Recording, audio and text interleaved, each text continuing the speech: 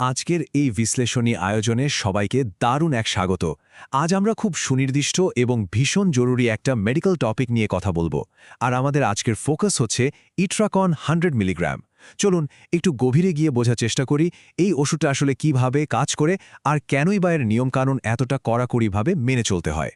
নখ, ত্বক বা মাথার ত্বকে ফাঙ্গাল ইনফেকশন যে কতটা বিরক্তিকর আর অস্বস্তিকর একটা ব্যাপার সেটা নিশ্চয়ই আলাদা করে বলার কিছু নেই। অনেকেরই কিন্তু মাসের পর মাস, এমনকি বছরের পর বছর এই নাছোড়বান্দা সমস্যাটার সঙ্গে রীতিমতো যুদ্ধ করতে হয়। আর ঠিক এই জায়গাতেই চিকিৎসকেরা একটা অব্যর্থ সমাধান প্রেসক্রাইব করেন। এই নির্দিষ্ট সমস্যাগুলোর বিরুদ্ধে এক মোক্ষম হাতিয়ার ইট্রাকন 100 মিলিগ্রাম। কিন্তু প্রশ্ন হলো, এটা আসলে জাদুর মতো কাজ করে কিভাবে? আচ্ছা, চলুন মূল বিষয়টাতে ঢুকে পড়া যাক। পর্ব ১, পরিচিতি ও ব্যবহার। তো ইট্রাকনের ভেতরের ওই জাদুকরী উপাদানটা আসলে কি? এর নাম হল ইট্রাকোনাজল। সহজ ভাষায় বললে এটা একটা অ্যান্টিফাঙ্গাল বা ছত্রাক বিরোধী ওষুধ। মানুষের শরীরে যে জেদি আর এককুয়ে ফাঙ্গাল ইনফেকশনগুলো একেবারে আস্তানা গেড়ে বসে, সেগুলোকে সমূলে ধ্বংস করতেই এই সক্রিয় উপাদানটা তৈরি করা হয়েছে। মানে এটা কিন্তু সাধারণ কোনো পেন কিলার বা অ্যান্টিবায়োটিক নয়, বরং ফাঙ্গাসের বিরুদ্ধে একেবারে সামনাসামনি লড়াই করার জন্যই এটাকে স্পেশালি ডিজাইন করা হয়েছে। এখন মজার বা কৌতূহল উদ্দীপক ব্যাপার হল, এটা কিন্তু নির্দিষ্ট কিছু অস্বস্তিকর রোগ সারাতে সবচেয়ে ভালো কাজ করে। এই যেমন ধরুন জকেজ, অ্যাথলেটস ফুট, নখের ফাঙ্গাল ইনফেকশন কিংবা ত্বকের রিংওয়ার্ম বা দাউদ। এই ছোঁয়াচে সমস্যাগুলো কতটা জেদি হতে পারে তা তো আমরা সবাই জানি, তাই না? আর এখানেই ইট্রাকন 100 একেবারে পয়েন্টে আঘাত করে। এই নির্দিষ্ট রোগগুলোতেই মূলত ওষুধটি সবচেয়ে বেশি নির্দেশিত হয়। এরপর আসছে আমাদের পর্ব ২, সঠিক সেবনবিধি। তো এখানকার সবচেয়ে ক্রুশিয়াল বা গুরুত্বপূর্ণ পয়েন্টটা হলো এটা খাওয়ার নিয়ম। এই ওষুধটা কিন্তু অবশ্যই ভরা পেটে, মানে ভারী কোনো খাবার খাওয়ার ঠিক পরপরই খেতে হবে। কেন? কারণ ভরা পেটে আমাদের শরীর এই ওষুধটা একদম সর্বোচ্চ মাত্রায় শোষণ করে নিতে পারে, ফলে এর কার্যকারিতা বহুগুণ বেড়ে যায়। অন্যদিকে খালি পেটে খেলে এর শোষণ ক্ষমতা একদম তলানিতে গিয়ে ঠেকে, তখন ওষুধ খেয়েও আসলে কোনো লাভ হয় না। বলা যায় চিকিৎসার সফলতার চাবিকাঠি লুকিয়ে আছে এই ছোট্ট অথচ দারুণ একটা নিয়মের ভেতরেই। এবার দেখে নেওয়া যাক পর্ব ৩, সম্ভাব্য পার্শ্বপ্রতিক্রিয়া। দেখুন, দুনিয়ার অন্য যে কোনো পাওয়ারফুল ওষুধের মতোই এর ক্ষেত্রেও কিন্তু শরীর শুরুর দিকে কিছু প্রতিক্রিয়া দেখাতে পারে।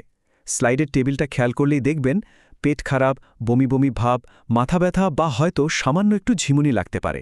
সাধারণ অবস্থায় এগুলো নিয়ে খুব একটা মাথা ঘামানোর কিছু নেই, শুধু একটু খেয়াল রাখলেই চলবে।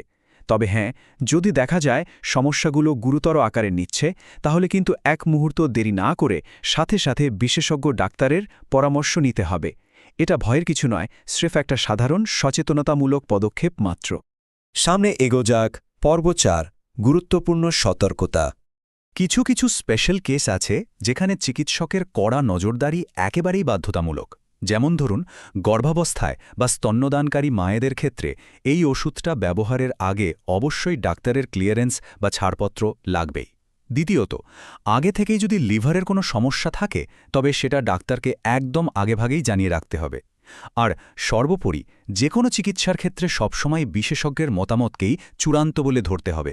এই নিয়মগুলোর আসলে কোনো বিকল্প নেই। আর এই বিষয়টাই চমৎকারভাবে আমাদের আজকের সবচেয়ে বড় বার্তাটি তুলে ধরছে।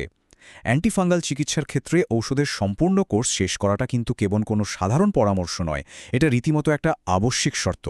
ইনফেকশন যদি পুরোপুরি এবং চিরতরে শরীর থেকে দূর করার লক্ষ্য থাকে, তাহলে ডাক্তারের বলে দেওয়ার নির্দিষ্ট সময় পর্যন্ত ওষুধটা টানা সেবন করে যেতেই হবে। একটা কথা একেবারে মনের মধ্যে গেঁথে রাখা উচিত, অ্যান্টিফাঙ্গাল ওষুধের কোর্স ভুলেও কখনো মাঝপথে ছেড়ে দেওয়া যাবে না। কেন জানেন? অনেক সময় দেখা যায় ওষুধ খাওয়া শুরু করার কয়েকদিনের মাথাতেই চুলকানি বা দাগের মতো বাহ্যিক লক্ষণগুলো কমে আসে। তখন মনে হয় বাহ, রোগ তো সেরে গেছে।